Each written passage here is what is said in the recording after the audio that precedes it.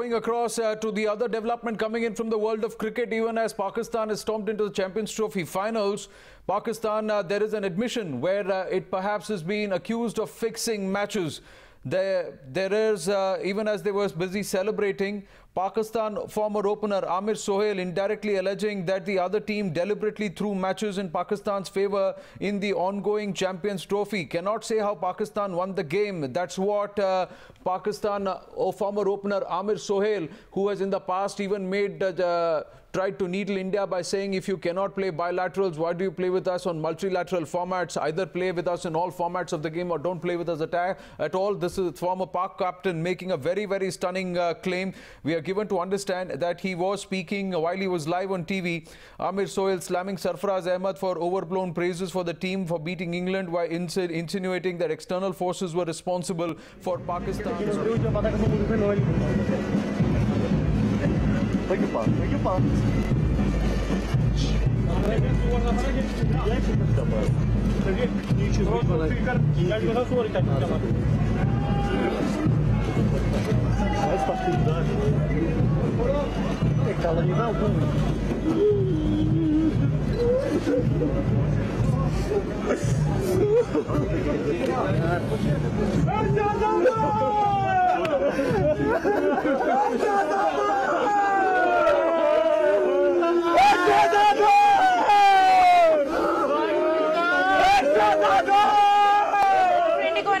Jet Airways and SpiceJet have also moved to ban MP Diwakar Reddy. He's been put on their no-fly list as well. The MP was caught on camera assaulting the Indigo staff. He created ruckus, even damaged the airline's property. Now, we did tell you earlier that Indigo is planning to file a police complaint. Hina is on the phone line and she's got more details. Hina, the private airlines coming together, like we saw in the case of MP Gaikwad as well, to say, no, this man will not be allowed on our aircraft. Well, that's right. Indigo was the first one to put Mr. Reddy on this no-fly list, and now all others are expressing solidarity as well. They all have come together, starting with Air India, SpiceJet, Jet Airways. All of them have banned Diwakar Reddy from flying with their particular airlines, and this is extremely significant. And also they say that, you know, it is a matter of concern as far as safety of the passengers is concerned, and that's the reason why they cannot allow somebody like Diwakar Reddy to be a part, to fly in their airlines, because, you know, what happened with the officials of Indigo, it can happen with anybody else. And of course, taking a cue from what happened with Ravindra Gaikwad, this time they just don't want to take any chances, and that's why they all have banned him. We are also being told that Indigo next is going to file a police complaint against PDP MP Diwakar Reddy. The US has finally announced Armar as a global terrorist. Now, how would this help in curbing his activities here on the Indian soil? Well, first of all, it's very important that India itself took serious action. And Mohammad Armar is perhaps one of those leaders against whom action is necessary. The idea is to ensure that all leaders who are recruiting people, that's really the entire problem. This business about recruiting people, mostly from the southern part of India, and sending them to fight in Syria and Iraq is really most reprehensible. The idea is to ensure that stops. And once this has happened, once America has called Armar a global terrorist, this will kind of restrain other people from doing the same. Because the problems of being a global terrorist are enormous. And as you realize, even Armar has fled India. The important thing is, once this has happened, this will be a deterrent for other terrorist leaders or people who want to become terrorist leaders and who want to recruit more people and send them to Iraq and Syria to fight. That is perhaps the most important benefit that will arise from Armar being made a global terrorist, according to the Americans. Naturally, when Prime Minister Modi goes to America, the issue of terrorism will come up very strongly. Right. Srinjoy, does this also send out a strong message to all those other Indian ISIS leaders who are brainwashing and trying to recruit for the same, a message that India is very much serious about this and can go to any limits to curb their activities? Yes, that's exactly the point. Now, once Armar is a global terrorist and the pressures of being a global terrorist are very, very severe, other people who want to recruit or are beginning to recruit will be deterred, hopefully. And that is the positive that comes out of it, because then there will be fewer people recruiting and therefore fewer people going from India to Iraq and Syria and other countries to fight for ISIS. That is the biggest problem that India is beginning to face. That is a problem that Bangladesh has been embarrassed is also yet again on the world stage. This time it is the European Parliament which has exposed Pakistan. They have questioned flawed trials in the country, also picking apart the military codes for their secrecy and flawed judgments. This just weeks after Pakistan was embarrassed with a stay placed on the execution of Kulbhushan Jadhav. Srinjoy joins us for more on this. Srinjoy, clearly the European Parliament has just repeated and said what India has been saying all along, especially in the Kulbhushan Jadhav case. Yes, exactly. And that is exactly what the ICJ had also said. What the European Parliament is saying very clearly is this, that look, all these military courts, they are operating in a very flawed manner. They are not transparent, they are not open, and they are doing their cases secretly in a way that is completely detrimental for human rights, for even the process of justice to work properly. This is another case, as you rightly said, of the international community criticizing Pakistan. You've had the ICJ doing it. You had India doing it at the UN. You have America being very strongly critical. Now it's the European Union, which is critical of the way the Pakistani legal system, particularly the secret military courts, it's no different this year as well. India's mega cities are grappling with monsoon woes yet again. Here's a special report. Take a look.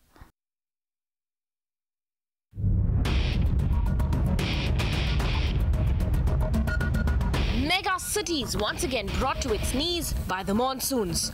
Potholes have once again resurfaced and civic bodies have failed to meet the deadline. Cities are not rain ready this year. BMC has missed its self-imposed deadline yet again. For the 7th time around, June 15th was the final deadline, and now they have asked for 4 more days. People are angry and riled up. The financial capital once again this year left fighting. Citizens continue their daily battle with the traffic. BMC must be joking.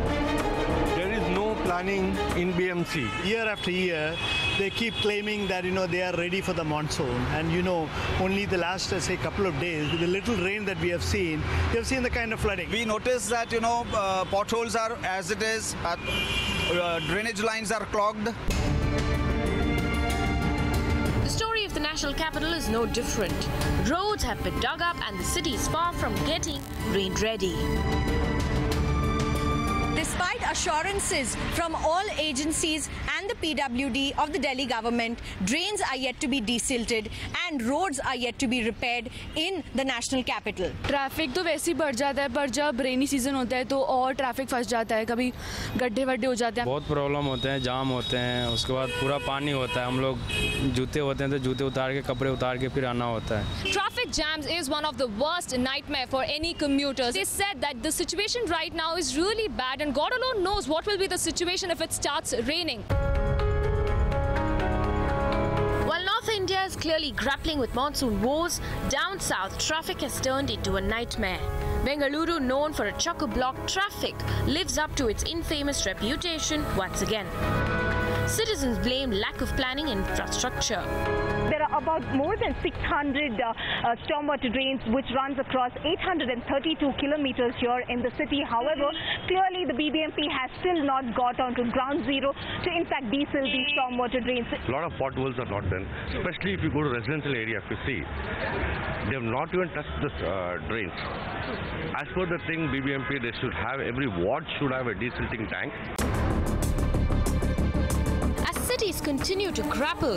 Why are our cities not yet ready for the rains? The manner in which the Congress party has tried to get most of the opposition parties together, almost 8 to 10 opposition parties who had their meeting in the parliament the day before yesterday, called by Ghulam Nabi Azad. And we saw in attendance all the senior opposition party leaders, and they have made one thing very clear, that even if it is maybe a symbolic fight, that they may not be able to have the required numbers on their side, but they will put forth a candidate and there will be a contest. So they want a contest because they want to send across a strong message challenging the government and their stand as far as when they claim that the government has tried to compromise on the constitutional norms in several different areas. But so we could definitely see that there will be a candidate projected from the government's end, and there will be another candidate that the opposition party would be building a consensus around who could be contesting against each other. So this particular meeting that is underway right now at 10 Janpath, from where I'm reporting, where Rajnath Singh, Venkaiah Naidu have come and arrived by the Congress President Sonia Gandhi's residence, and the meeting underway. It is crucial definitely because it's one of the first such meetings that is taking place between the government representatives with Sonia Gandhi directly. What is going to be the final outcome of the meeting? We do not know. Would there be names thrown into the meeting? We do not know. But the parameters as to what is going to be the possible criteria to choose the required candidate from the opposition's end or from the government's end, that perhaps could be spoken about, because the Congress party and the opposition party have made it amply clear that if the government is trying to project a candidate that is going to be overtly right-leaning and would be someone on a hardliner approach, someone who does not really have a possible understanding and abide by the constitutional norm, will be someone that the opposition party will not accept. So that is going to be a contentious area that the government will have to keep in mind when they are trying to reach out to the opposition parties, because the opposition parties, especially the Congress, are very well decided that they would want a contest to send across a strong message that they are here for a fight. It remains to be seen whether at all this particular meeting is going to yield any results as far as specific names are concerned, but we are definitely going to be sure that the opposition parties, a subcommittee that has been constituted, will again meet in the near future, approximately on the 20th or 21st of June, where several of the opposition party leaders would come again and discuss that what has come out of the government representatives coming and meeting their leaders in one-to-one meeting, because we've heard about NCP, we've heard about the left, we've heard about TMC, that all these parties, the smaller parties, have been approached by the government to have an individual engagement on the issue of presidential election to build consensus. Each of these political heads then from opposition parties would then come together again for another meeting of a subcommittee that has been constituted, after which perhaps there would be further deliberation. So we may not be able to get a name right after being convicted. He was one of the celebrity accused, so to say, amongst the gangsters here in the 93 case. Salim has been convicted for transporting weapons under the Arms Act, the Explosives Act, and also for the conspiracy against the state of India, Hindus in particular, and also several people who died in those blasts here in Mumbai on March 12, 1993. Kajal, what about the others? Abu Salam, of course, being convicted. We've seen Mustafa Dosa has played a very important role. He held meetings in Dubai, as per the information that you sent. What exactly is the status of other convicts, other accused in this case? All of them have been convicted under 120B of the IPC, which is conspiracy. Some of them, including Dosa and Firoz and also Qayyum, all of them had traveled to Dubai. Mustafa Dosa had actually arranged for 15-day stay of all of these convicts in Dubai, and that is where the conspiracy was hatched for the bomb blast. And Mustafa Dosa's and his brother Muhammad Dosa's house was used as the place where this conspiracy was hatched. These meetings were held under the helm of Tiger Memon, Dawood Ibrahim, and various other various other accused who are right now absconding in this particular case. 100 of them were convicted in the earlier case, and this time right now around 7 people are in this particular case. But there are 36 others, including Dawood Ibrahim and Tiger Memon, who are still absconding in this particular case, and the court is still looking for them. Kajal, what about the quantum of punishment at this point of time when it comes to these 7 accused? Well, all of these cases all of these charges that they have been convicted under, at least the conspiracy and the various acts of the TADA, they could attract a life imprisonment and also death. But the only thing that we need to keep in mind is that the extradition treaty that we had with Portugal when it comes to Abu Salam was such that we cannot give him a sentence beyond 25 years or anything that attracts... Lashkar group has been spotted preparing an ambush This is just before they launch a series of attacks in South Kashmir. These were the men behind the 6 terror attacks in the valley on the 14th of June. Those are the visuals. They are sitting and having food just before they leave for the ambush. 14 CRPF, police and army personnel were injured in those attacks that happened in the valley. On the 14th of June. Farid now joins us with more details. Yes, Farid. Yes, absolutely. This is a joint group of Hizbul and the Lashkar-e-Toiba, and this video, according to our sources, is from the night of 14th of June. Now, if you remember, there had been kind of serial attacks, one after the other, against the security forces. 6 attacks in 6 hours. Around 14 security force personnel, including army men, CRPF jawans and policemen, were injured. Now, this is a video of one such ambush that was being planned by these militants, a joint group which was led by Yasin Yattu, who is the Hizbul's divisional commander, on the most wanted list of the security forces. In fact, as we had reported some time back, the 12 photographs that the security forces had come out with of the most wanted men, commanders in the Kashmir Valley, he was prominently in that as well. He's leading one such assault, and before that, they're having their food, and after that, they're going out to launch an attack. Now, one of those attacks definitely carried out by these men, and that has really made them more prominently, or brought them more prominently into the security force radar. Now, operations are on against this man, who is one of the longest surviving commanders of the Kashmir Valley. He's also someone who's very big time into recruiting young impressionable minds into the Hizbul. He's also their operational man, and that's why he's one of the most wanted of them. And going by what our sources in the security apparatus tell us, he's planning more such attacks against the security forces, and that's why the forces have intensified their operations to track him down before he does that. News coming in: Chota Shakil Aide has been arrested in the national capital. That's the big information we are getting. Chota Shakil's aide has been held in national capital. One sharpshooter, we are given to understand, has been arrested by the special cell of Delhi police. These are sketchy information. Bhavtosh, my colleague, now on the phone line with more details. Bhavtosh, I believe this was a sharpshooter has been arrested by the special cell. Yes, a sharpshooter of Chota Shakil gang has been arrested by the Delhi police. Shahbaz Ansari is the second such arrest in this case. Earlier, Junaid was the one who was arrested by the Delhi Police's special cell. What is interesting is that the police claim that the real target in this of Chota Shakil this time around was Tariq Fateh. In fact, the gang members claim that Chota Shakil was very unhappy and angry at the fact that Tariq Fateh was doing some shows in India and was making statements which he felt was against the religion, and that's the reason why, in fact, gave the contract. Jan Usman is someone who has a criminal past. That's what police is saying. He was wanted in a case in which he had apparently fired shots at his sister and wife, and he was wanted in that case. This incident happened on 3rd of June, and police had said that a case under attempt to murder was registered by the police, after which he was picked up last night by the Delhi police and formally arrested. During interrogation, he has claimed that he was a sharpshooter of Abu Salim in early 2000, and that he also made an extortion call to a Bollywood producer and demanded at least 2 crore rupees from him.